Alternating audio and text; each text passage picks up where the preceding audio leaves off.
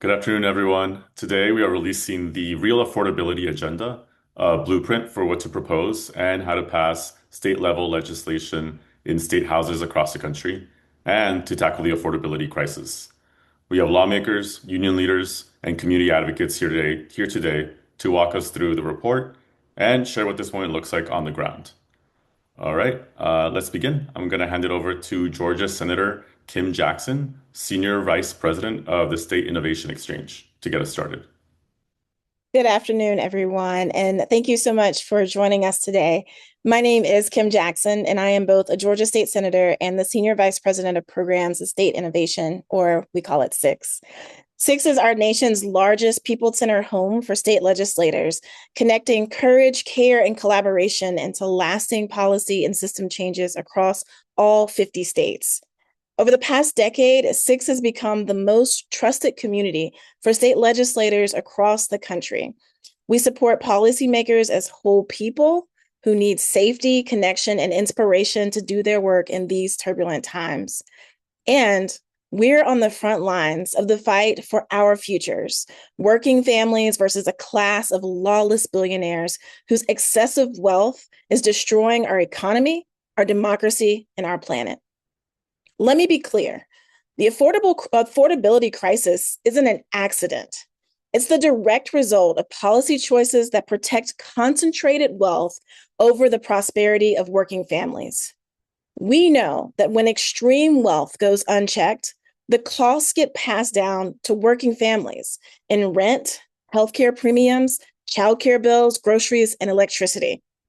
In 2025 alone, billionaire wealth grew 22%, from 6.7 trillion to 8.2 trillion, while working families see the cost of living going up and wages are too low. With the passage of what I call the One Big Billionaires Bill, the Trump administration has initiated the largest wealth transfer from working class people to the billionaire class in modern history. But across the country, state legislators, in partnership with working people, are demanding something different, fighting for a tax system that values the workers who drive our economy over the wealth hoarding, tax dodging billionaires, making our lives more expensive. I'm very proud to lead that effort in Georgia alongside my colleagues in states across the country. SIX is working with legislators nationwide, and we're tracking over 100 state proposals to this end. From ballot initiatives in California, Colorado, and Michigan, to millionaire tax policies in Washington State, Rhode Island, and Connecticut. Investment income taxes are showing up in Virginia, and there's a mansion tax proposal in Hawaii. Arizona, Maryland, Pennsylvania, and Florida are working hard to close corporate tax loopholes and to stop massive giveaways to data centers. And stay tuned, because my colleagues in Illinois will soon share their state's incredible efforts as well. As state legislators, we know that in order to solve the affordability crisis, we must stop extreme wealth hoarding in this country. Put simply, the super rich have to pay their taxes like the rest of us. And it's states where we can make that happen. We know this because we're seeing these policies at work in Massachusetts, Maryland, and Minnesota. Under the proposal that I'm sponsoring here in Georgia, it's Georgia SB 520, I have a proposal that only makes it such that the richest 5% of Georgia's households, so that they finally pay their fair share by taking on the same level of tax burdens that middle-class Georgians have already carried. Georgians who make 50K or less would see a 43% reduction in their taxes, while the average family of four, through a refundable earned income tax credit and an expanded child tax credit, could receive $4,000 in real money. This type of tax system dramatically reduces childhood poverty by right-sizing our tax code. The only thing in our way are greedy billionaires who profit off an affordability crisis that they helped create. They're powerful for sure, but I believe in the power of workers over billionaires, and state legislators are ready for this fight. So it's my great honor now to pass the mic to my colleague from the New York Working Families Party, Jasmine Gripper. Thank you, Senator Kim. I'm so happy to be here. My name is Jasmine Gripper, director of the New York State Working Families Party. And today in New York, thousands of people got on the bus to descend on our state capitol to say it's time to tax the ultra rich.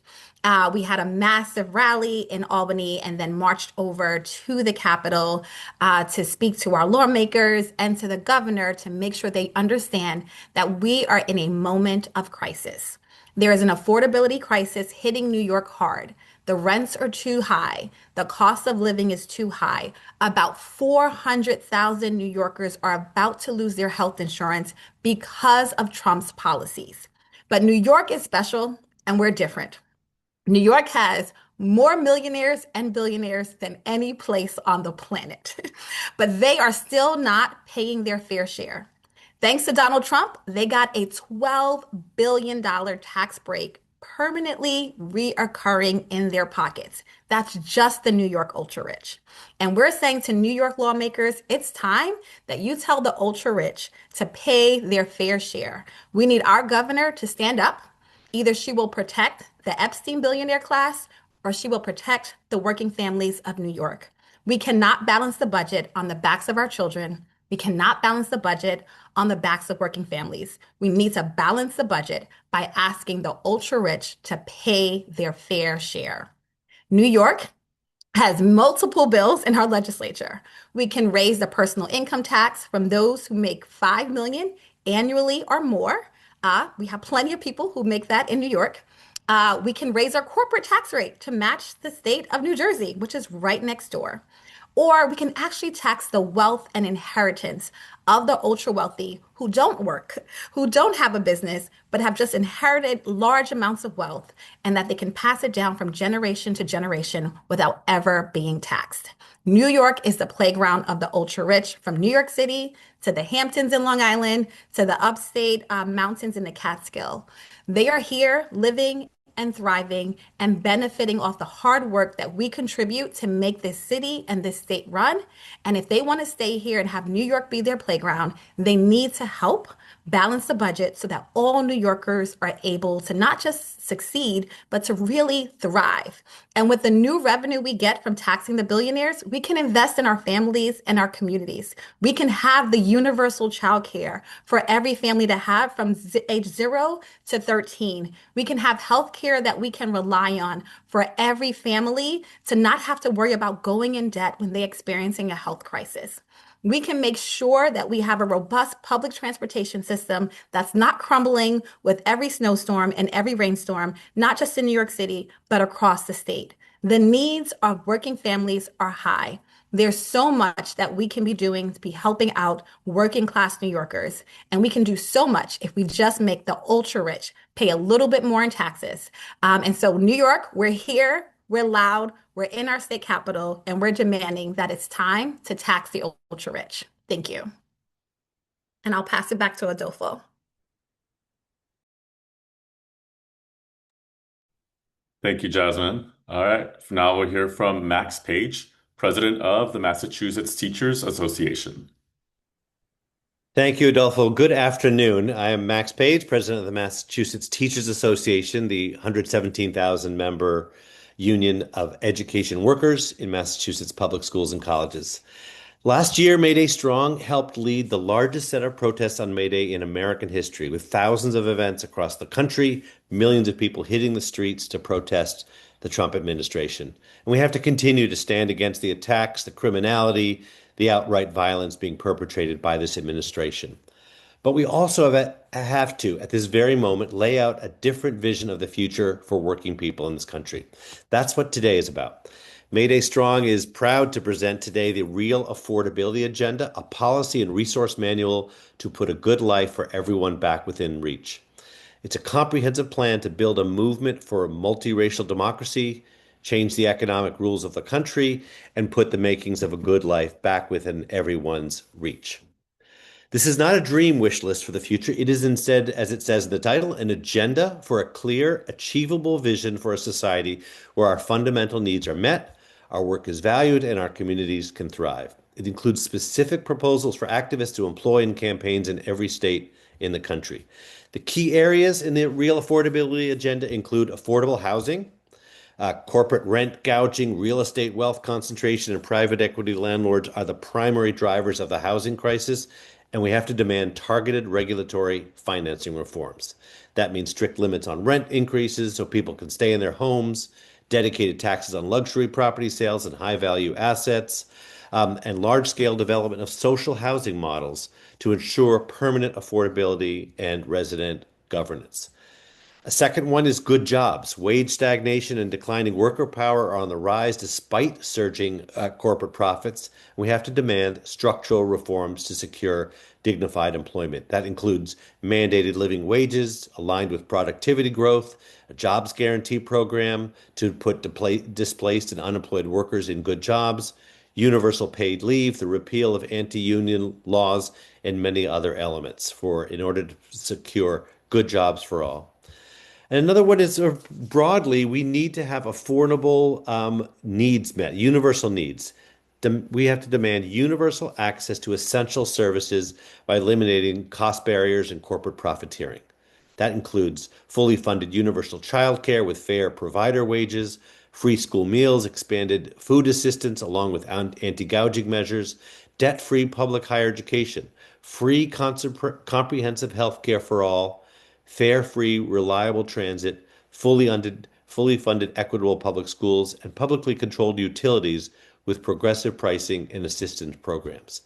These set of proposals are what will make life better for working people in the country, in one of the wealthiest countries, the wealthiest country in the history of the world. Which brings me to my final point in this real affordability agenda, which is the answer to the question that people may be asking, how will we pay for this economically and racially just society? And the answers are clear. We will do this by taxing the wealthiest people and corporations in our nation, people who this report shows have become stunningly more wealthy in recent years. Just want to note the economist, the writer, the former labor secretary Robert Reich recently showed that if average workers' hourly wage had grown over the past 50 years by the rate at which CEO pay increased, the average worker today would make $481 an hour. In fact, the hourly wage rate in the United States is around $35. This is just one window into the stunning concentration at the very top. And this agenda goes into detail about the shifting of wealth to the 1%, as well as very specific ways that activists can work in their states for policies that will pay to get the very wealthiest people and corporations to pay their fair share. So, along with the president of the Massachusetts Teachers Association, I'm also on the steering committee of the Raise Up Massachusetts Coalition, which helped pass the Fair Share Amendment, which is a small surtax on income over $1 million a year.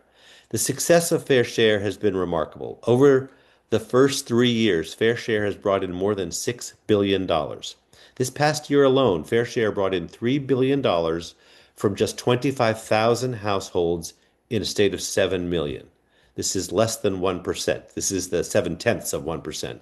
We've spent that money on free community college, universal free school meals, free regional buses, more money for childcare, for vocational school construction, for higher ed building projects, for massive investments in roads, bridges, and public transportation.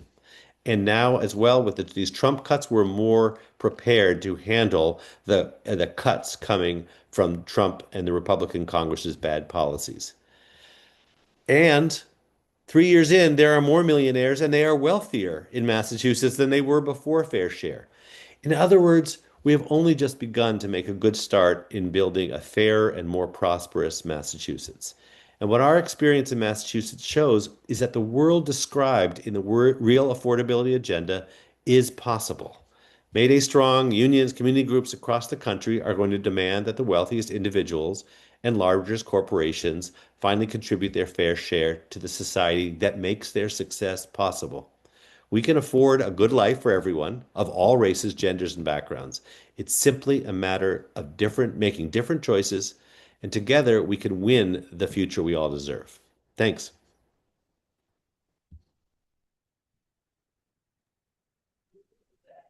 Thank you, Max. Next, we'll hear from Senator Jackson Lewis. Well, good afternoon, everybody. Actually, it's Jason Lewis. I'm a state senator from Massachusetts and serve as the Senate chair of our Education Committee. I'm very pleased today to join Mayday Strong in the launch of their Real Affordability Agenda. This agenda is a blueprint for supporting everyday people with the resources they need to live a dignified life. And it's accomplished by asking the wealthiest among us to pay their fair share in taxes. And this is really just what we recently did in the Commonwealth of Massachusetts. I was very proud to be the lead Senate sponsor for what we call the Fair Share Amendment, or also known as the Millionaire's Tax, and to partner with the Massachusetts Teachers Association and so many other labor unions, faith-based groups, community groups, and others in an almost decade-long campaign to implement the Fair Share Amendment, which, as Max Page said, is a 4% income tax surtax assessed on households that make more than $1 million a year. And even that amount is indexed to inflation. The reason this took so long is that unfortunately, the Massachusetts Constitution requires a flat income tax. And so our legislature is not able to implement a progressive tax system, as is the case in many other states. So in order to do this, we actually had to go to the ballot, and the voters of Massachusetts had to approve a constitutional amendment. And that is a long and arduous process. But we took that challenge on, and we were successful in getting successive affirmative votes in the legislature, and then finally a successful vote at the ballot with the voters of Massachusetts supported this proposal a few years ago. Since its passage, the Fair Share Amendment has really been transformative for the residents of our state. The money generated has to be spent only on education and transportation. So within those areas, we have been able to use those funds to continue universal free school meals for all of our K-12 public students. We're one of only a handful of states that have been able to maintain what was available during the pandemic. We've used this money to now effectively make community college free for all students who want to get an associate's degree. And we've also dramatically increased financial aid for students who want to attend our four-year public colleges or transfer from our community colleges so that they can attend regardless of their background and income level, and they can graduate without a significant debt burden. We've also used these funds to expand our investment in affordable early education and childcare by more than 50% over the last few years, leading to an increase in high-quality childcare seats for our families, whereas in most states they've seen a decline in the number of seats, licensed seats available. And then finally, we have used these funds to improve our transportation system, our roads, our bridges. Our public transit networks in Boston and in our other communities have significantly improved the safety and reliability of their service. And we're just getting going. As Max Page said, the receipts from the Fair Share tax have actually exceeded expectations every year it's been in place. And we certainly have not seen the flight of millionaires that the doomsayers predicted before this passed in Massachusetts. So the Fair Share Amendment is actually making Massachusetts stronger for everybody who lives here, those who are low income, middle income, and high income. And it's been a financial, social, and political success. I'm excited that Mayday Strong is kickstarting their campaign to get fair share laws, like we now have in Massachusetts, in place all across the country. Thank you. Thank you, Senator Jason Lewis. Next, we'll hear from David Goldberg, President of the California Teachers Association. Good afternoon, folks. I'm David Goldberg, and I serve as the president of the California Teachers Association. And I'm here representing 310,000 members, hardworking, dedicated educators who make up our union. Now, here in California, we're the fourth largest economy in the world. If we were our own nation, we would be the fourth largest economy in the world. And yet, we have some of the highest concentration of billionaires at the same time, some of the highest wealth disparity and concentration of poverty of anywhere in the US. And that's due to decades of disinvestment in public education and other public services that have left working people just struggling to survive. In fact, we did a recent survey of our own members, and the working conditions they face are frankly unacceptable. Nearly 90% of our members surveyed, and we surveyed over 2,000 of them, they cited insufficient funding for California schools as being a serious concern. They see it daily with short staffing, with bloated class sizes, and under-resourced classrooms. Here in California, we have no paid pregnancy leave for our members. And in some cases, some of our members are paying up to $1,500 a month out of pocket for health insurance just so they can have enough so they can cover their families. 30% of our educators are working another job just to stay in the profession. And we know that our working conditions are also the students' learning conditions. And that's why folks are fighting back. We fight back at a state level, and we're also fighting back at a local level. This year, we have an exciting campaign. We have 77,000 of our members across 32 school districts are representing over 1 million students. And they join together to build power and to coordinate their contract demands around common issues like improved class sizes, more resources for students, and better wages and benefits, and greater stability for our schools. In just the last few weeks alone, we've seen historic strikes in both San Francisco and Richmond, where they held their first strikes in over 50 years, and they won life-changing improvements for their schools and healthcare for their families. And in the next week, we have dozens and dozens of educators taking strike authorization votes and getting like 98%. We have 2 strikes set for next week alone. In California, on a statewide level, we're also fighting to stabilize the unequal and volatile system of how schools are funded. Right now, we're also organizing as educators to increase and defend school funding across the state by permanently extending Proposition 55. We passed this a few years ago, and it's a graduate income tax that generates around $15 billion for schools annually. And if we let this expire in 2030, as it currently set to, it means that we'll lose about $700,000 per year. Folks making over $700,000 a year will get a tax break. It also means 1 out of 6 educators will likely lose their job as a result.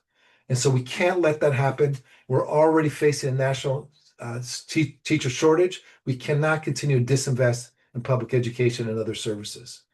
We also have a unique opportunity here to close our state's largest corporate tax loophole, which will raise $3 billion in state revenue that will go to the general fund and increase education funding and bring critical resources back to the classroom. The tax on public education are coming from the highest levels right now in the nation. And that means we must do everything in our power to fully fund and safeguard schools. Our struggles are shared, and we are united to protect and preserve public education and all services. And as educators, we have dedicated our lives to our students and communities. And we are fighting for each other and everyone else who depends on us. We are building power and the structures we need both locally and statewide that we need to ensure that California students get the fully funded education they deserve. Thank you. Thank you, David. Next, we'll hear from Senator Graciela Guzman from Illinois.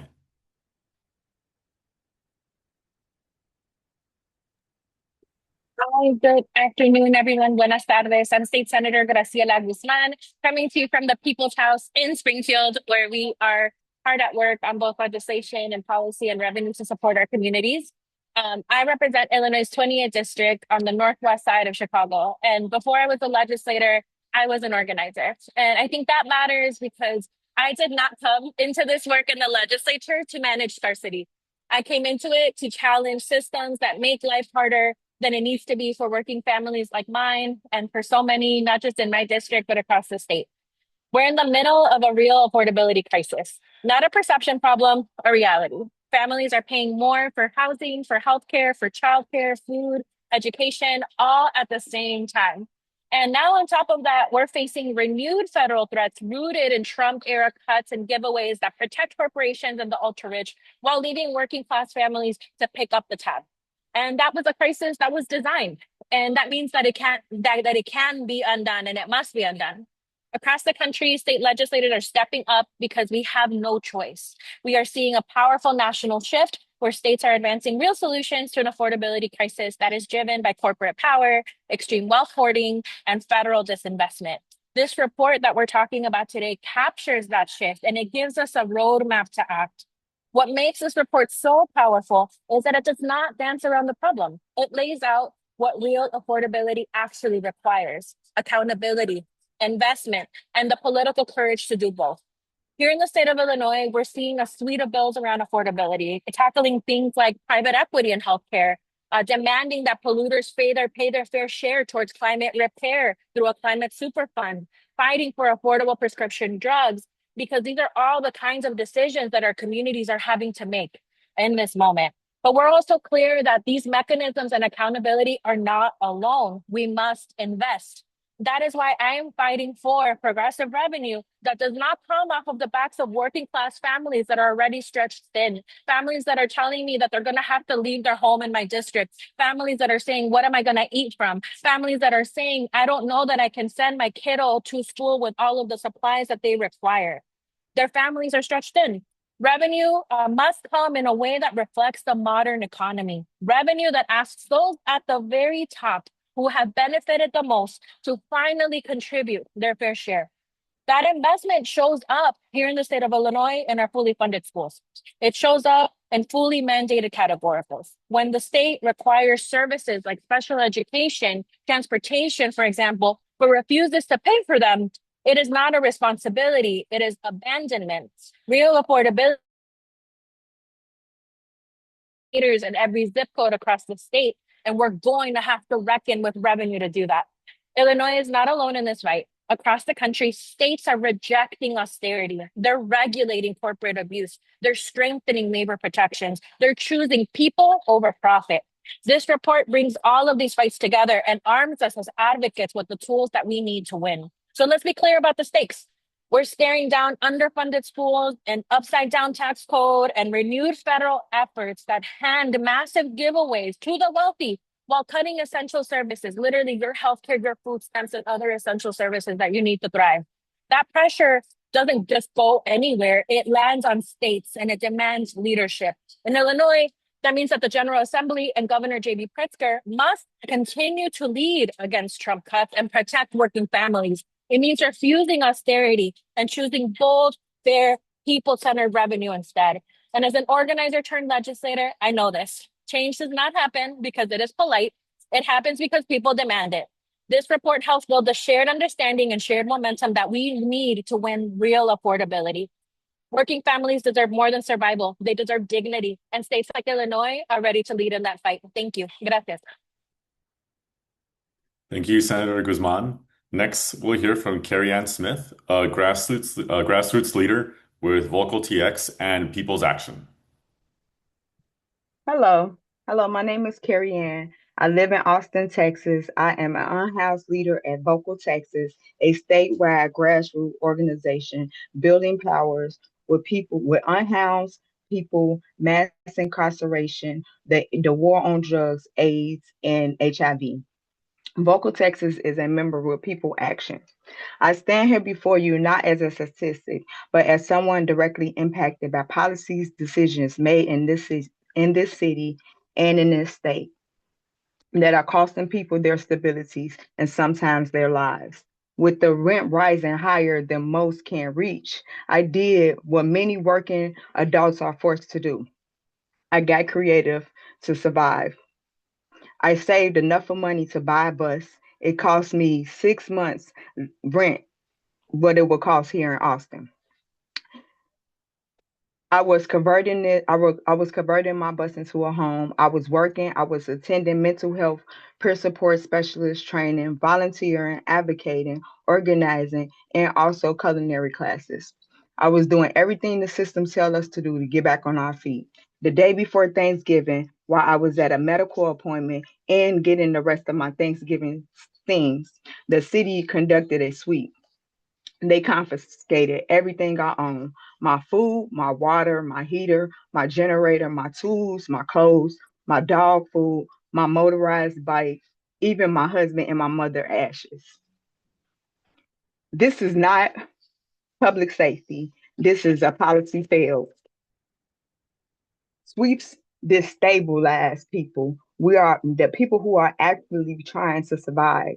They are destroying documents, IDs, medication, and also survival gear and work equipment that are pushing people further from employment. Healthcare, housing stability, research across the country show that encampment suites increase homelessness costs. They are actually costing taxpayers more money.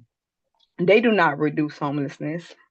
Austin was committed to build 20,000 deeply affordable units, and they only completed 427 of those units. Meanwhile, all it's a lot of luxurious units continuously being built. The data is clear. Housing first works. Permanent supportive housing, reduced emergency room visits, jail bookings, long term public housing, cutting federal housing funding, and dismantling housing first will increase visibly in homelessness, not the solution, not solving the problem. Yet instead of investors doing what we know what is right, billionaires like Joe Lonsdale has been funded effortlessly through the Cicero Institution here in Austin. They are criminalized homelessness. These policies are making it easy for ticketing, arrests, jailing people simply for being poor. To those billionaires and decision makers, imagine saving everything you can, buying what you believe is the path is the path to stability, and returning from a doctor's appointment to find your whole life erased. Imagine losing your family's ashes all because you were poor and couldn't afford an apartment. Imagine working multiple jobs, still being treated as disposable.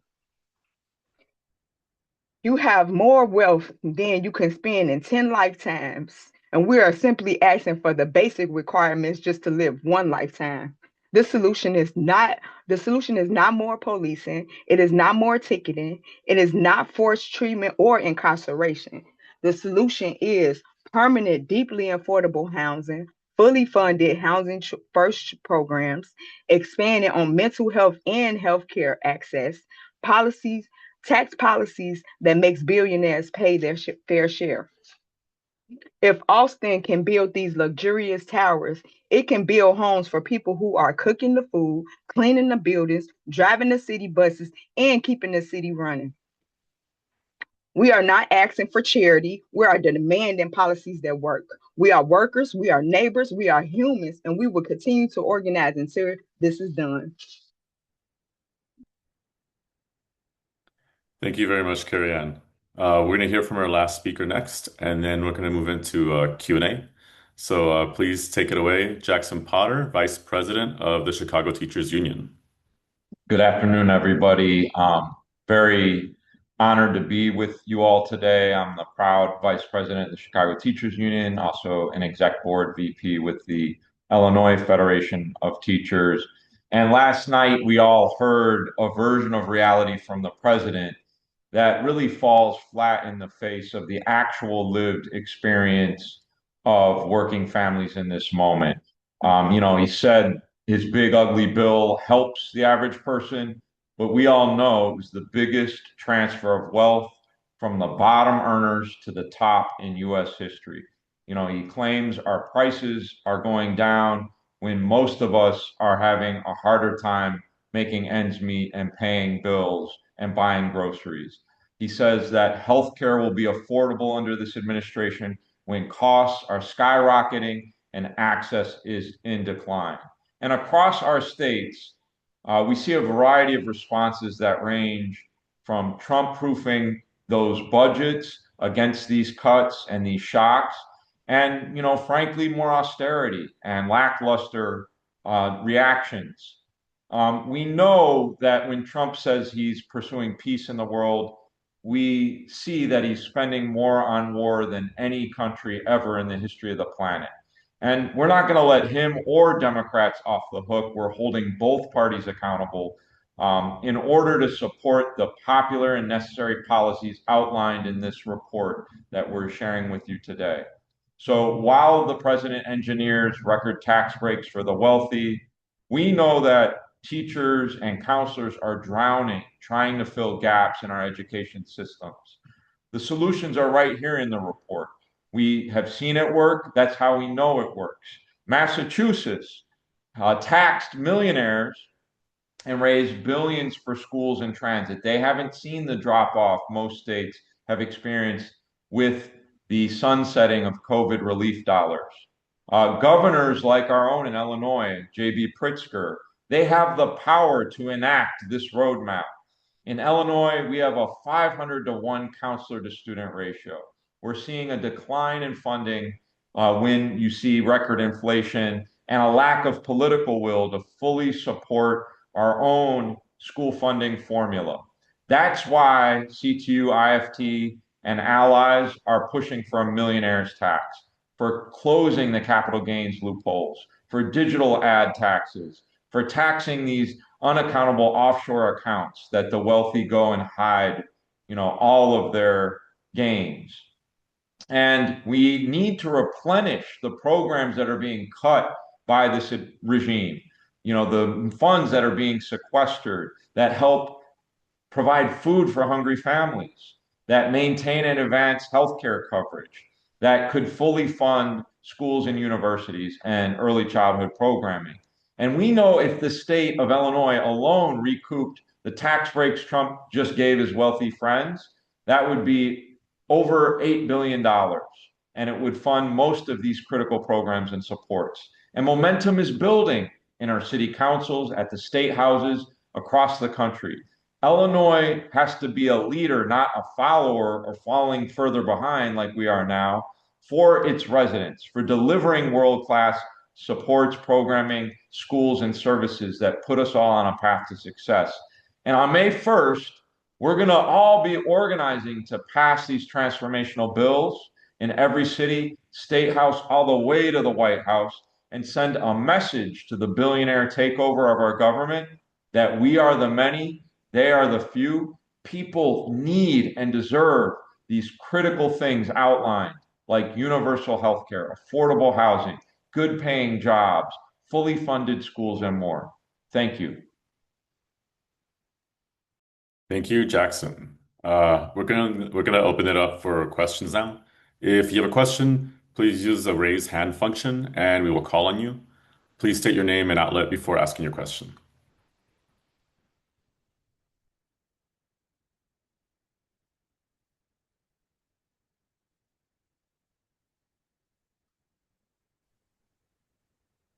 Hi, I'm Kristen Toussaint with Fast Company. I just had a quick question about something Senator Jackson mentioned that was also in the prior email about this note that lawmakers have introduced more than 100 bills at the state level to address this issue. Is there a timeline on that? Like since when those bills have been introduced or anything like that to contextualize a little more?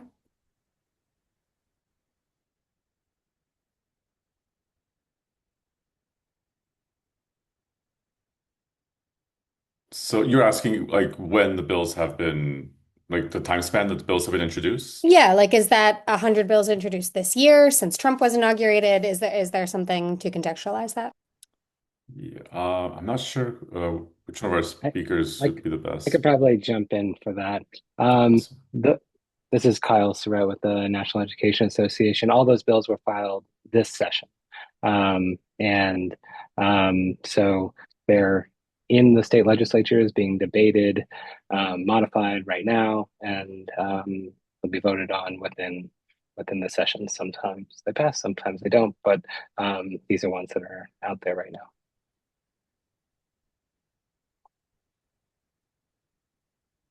Back to you, Delphi.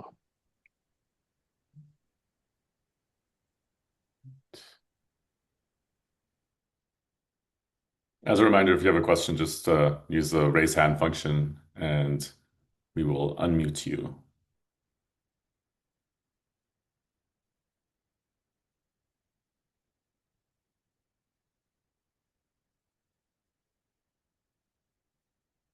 Yes, while we wait, actually, I was going to see if I can ask David a question.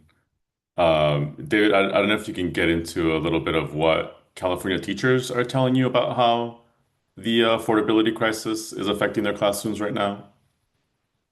Sure. Let me see if I have a whole we have a whole study we put out where we interviewed for the second year we about 2,000 of our members, and the numbers just are pretty stark.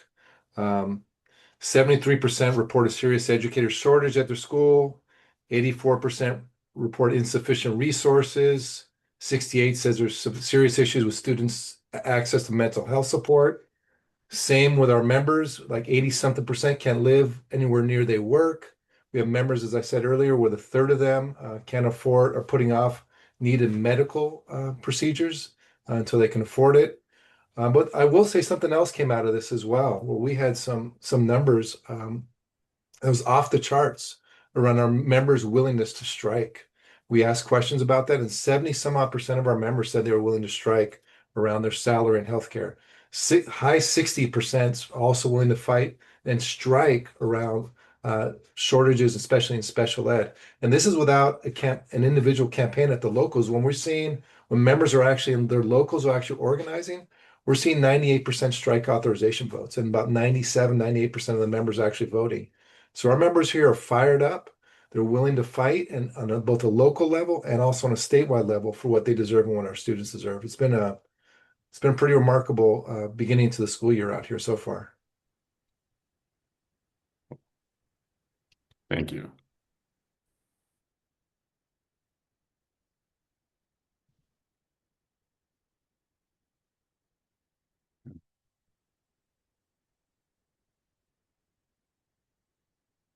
Okay. Yeah, if there are no further questions, we will be following up via email and follow up with us via email if you have any questions. I see Kristen has another question, We Adolfo. have one more. Yep. Thanks. I was just going to ask if there's a little more to say about, who you all hope this report and this agenda is for. Like, who do you, want to really see this, and what can they do specifically with this information?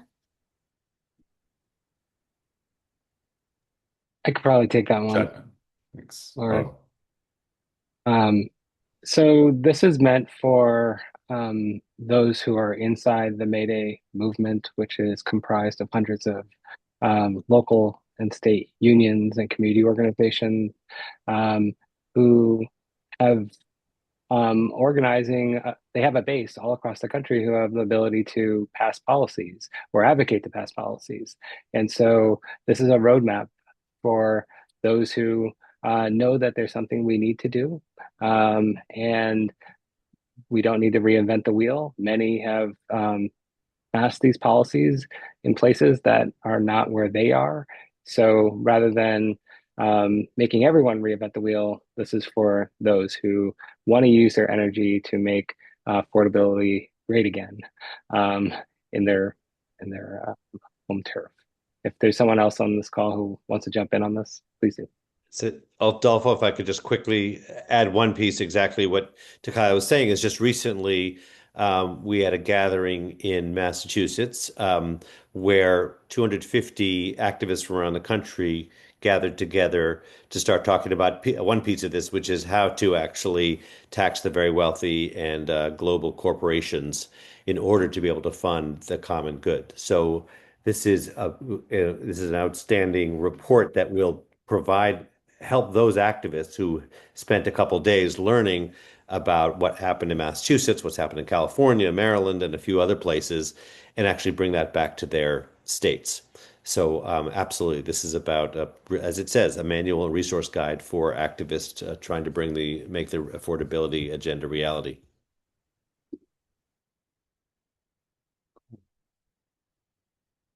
All right. I see no further questions. So if you want to follow up, please follow up with us via email at press@maydaystrong.org and be on the lookout in your inboxes for the report. Thank you very much for joining us. And thank you to our speakers.